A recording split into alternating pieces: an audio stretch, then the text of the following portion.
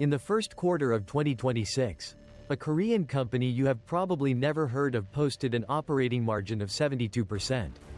That is higher than Nvidia, higher than Apple in its best year, higher than almost any large hardware business in modern history. Its stock has gone up roughly 250% since January, pushing its market value past $1 trillion.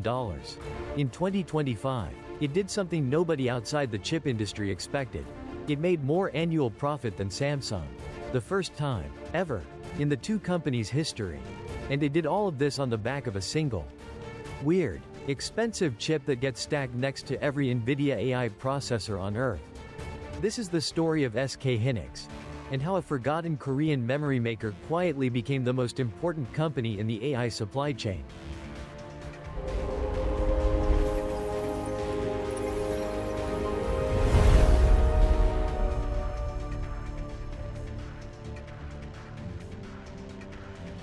To understand what just happened, you need to understand the chip.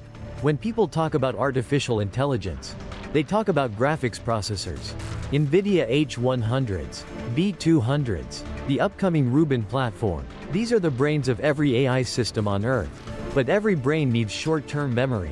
And the kind of short-term memory an AI brain needs is a category of chip called high bandwidth memory, or HBM. Now, regular computer memory, the kind in your laptop, is laid out flat on a stick next to the processor. Data has to crawl back and forth across the motherboard. That worked fine for spreadsheets and web browsers. It does not work for training a large language model on trillions of tokens. The processor sits there starving, waiting for data, while the memory chips simply cannot shovel bits fast enough to keep up. Engineers call this the memory wall. And for years it was the invisible ceiling on how fast computers could actually get. So a few companies tried something radical. They stopped laying memory chips flat. They stacked them on top of each other, like a tiny apartment block. 8 high, 12 high, soon 16 high. Then they drilled microscopic vertical wires straight through the silicon, called through silicon vias, and bonded the entire stack directly onto the same package as the processor. The result is a wall of memory sitting millimeters from the brain, feeding it terabytes of data per second instead of gigabytes. An Nvidia H200i chip uses about 141 gigabytes of HBM. The next generation Blackwell uses up to 192. The Rubin platform coming in 2026 will use even more. With stacks 12 layers tall, every single one of those stacks is brutally hard to manufacture. You are trying to bond hundreds of perfect connections through 12 layers of silicon, with zero defects, at scale, and any single bad layer turns the entire stack into expensive garbage. The yields are punishing, the equipment is exotic, and the qualification process with a customer like Nvidia takes years. This is why HBM is the real AI bottleneck. Nvidia can design new chips faster than HBM suppliers can ship them. And right now, in the entire world, only 3 companies can produce HBM at the scale Nvidia needs. 3 companies make HBM: South Korea's SK Hynix, South Korea's Samsung, and America's Micron. For most of the last 20 years, this list would have read differently. Samsung was king. Samsung is the largest memory chip maker on Earth, the biggest single company in South Korea, an industrial empire that for a generation set the pace and pricing for the entire DRAM market. SK Hynix was the perennial number 2. Smaller, less profitable, always reacting. But in 2009, something happened that almost no one noticed at the time.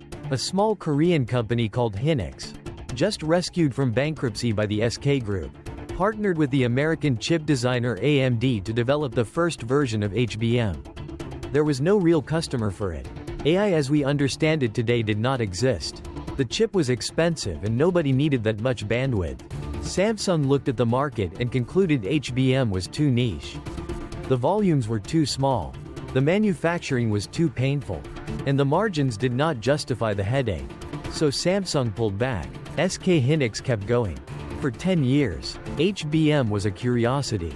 A handful of supercomputers used it. A few high-end graphics cards used it. Most of the industry assumed it would stay marginal. Then in late 2022, OpenAI released ChatGPT, And within 90 days the entire trajectory of the semiconductor industry was rewritten. Suddenly every hyperscaler, Microsoft, Google, Meta, Amazon, was ripping up their data center plans and ordering Nvidia GPUs by the 100,000. And every one of those GPUs needed HBM. Samsung wasn't ready. Their HBM line was subscale. Their yields were rough. And their qualification process with Nvidia for the most advanced HBM3 generation was, by multiple industry accounts, incomplete well into 2024. Korean business press at the time reported that Samsung had reorganized its memory division more than once trying to catch up, even moving veteran engineers across teams to fix the yield problem. SK Hynix, by contrast, was ready. They had been quietly perfecting the stacking process and the through-silicon via interconnects for over a decade.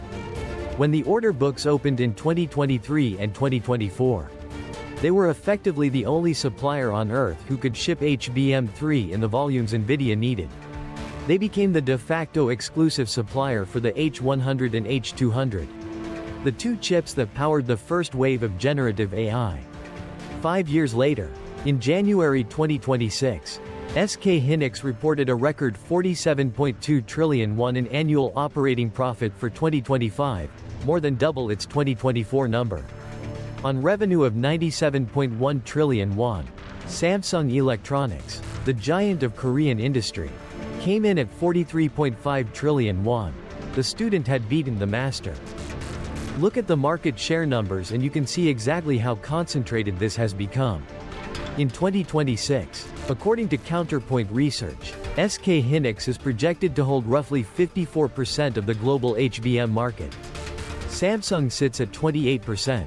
Micron, the American challenger, holds 18%, but the picture for the new generation, HBM4, which feeds Nvidia's flagship Rubin platform, is even more lopsided. SK Hynix has reportedly secured around 70% of Nvidia's HBM4 orders. That is not a comfortable lead. That is a near monopoly on the most important component in artificial intelligence. The financial numbers from this corner of Korea now look unlike anything in modern hardware. In the first quarter of 2026 alone, SK Hynix reported 52.6 trillion won in revenue. That's roughly $38 billion in a single quarter. Up 198% year over year. A near tripling. Operating margin, 72%. To put that in perspective, Nvidia, the most profitable chip company on Earth, runs an operating margin around 65%. Apple at its peak ran in the low 30s. SK Hynix, a memory company, in the part of the chip industry historically known for thin margins, bloated inventories, and brutal multi-year price wars, is now more profitable per dollar of revenue than Nvidia itself. That has essentially never happened in the modern history of semiconductors. The market noticed. Between January and late May 2026, SK Hynix shares rose roughly 250%. The market cap pushed past $1 trillion in May, joining Nvidia, Microsoft, Apple, Google, Amazon, and TSMC in the trillion-dollar club. For a company most Western consumers cannot name, that is extraordinary. And the order book is already gone. SK Hynix says HBM capacity for all of 2026 is fully booked. Multi-year supply agreements with Nvidia and Microsoft now extend through 2028. Industry analysts, including teams at Bank of America and Morgan Stanley, are projecting the global HBM market alone could reach $54 billion in 2026. Up roughly 58% year over year. With the same analysts warning that HBM shortages are likely to persist until at least 2028. SK Hynix is the principal beneficiary on both sides of that trade. Rising volumes and rising prices. Because supply cannot catch demand, the company has filed for a planned American depository receipt listing in New York in the second half of 2026. With the offering targeted at up to $14 billion, one of the largest secondary listings of the decade. Designed to give U.S. investors direct exposure and to fund a roughly $100 trillion multi-year HBM capacity expansion. There is one obvious read on all this. SK Hynix has found the most profitable bottleneck in the entire AI economy and is sitting squarely on top of it. Nvidia designs the brain, TSMC fabricates the brain. But the brain does not work without HBM. And HBM, for now, means SK Hynix. So is this a moat that holds? Or a peak that breaks? Three forces will decide.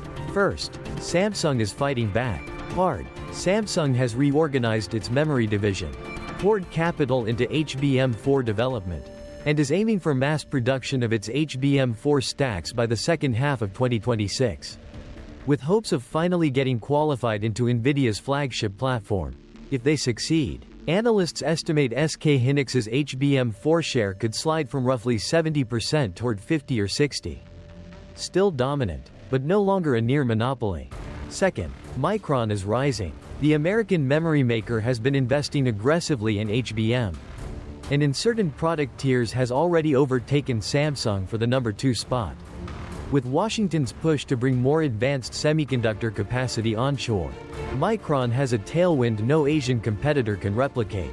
Third, and most quietly important, China is locked out. Beijing has poured tens of billions into its domestic memory champion, CXMT, but US export controls on the most advanced HBM, on the deposition equipment needed to make it, and on the design software that lays it out, have effectively kept China at least one full generation behind. For now, that gap could close. It usually does. But the immediate reality, in mid-2026, is that the AI build-out the entire world is watching depends on a handful of factories in Icheon and Cheongju. South Korea, pull that supply, and the entire data center expansion that companies like Microsoft, Google, Meta, OpenAI, and Anthropic are building stops. Which is why governments are paying attention.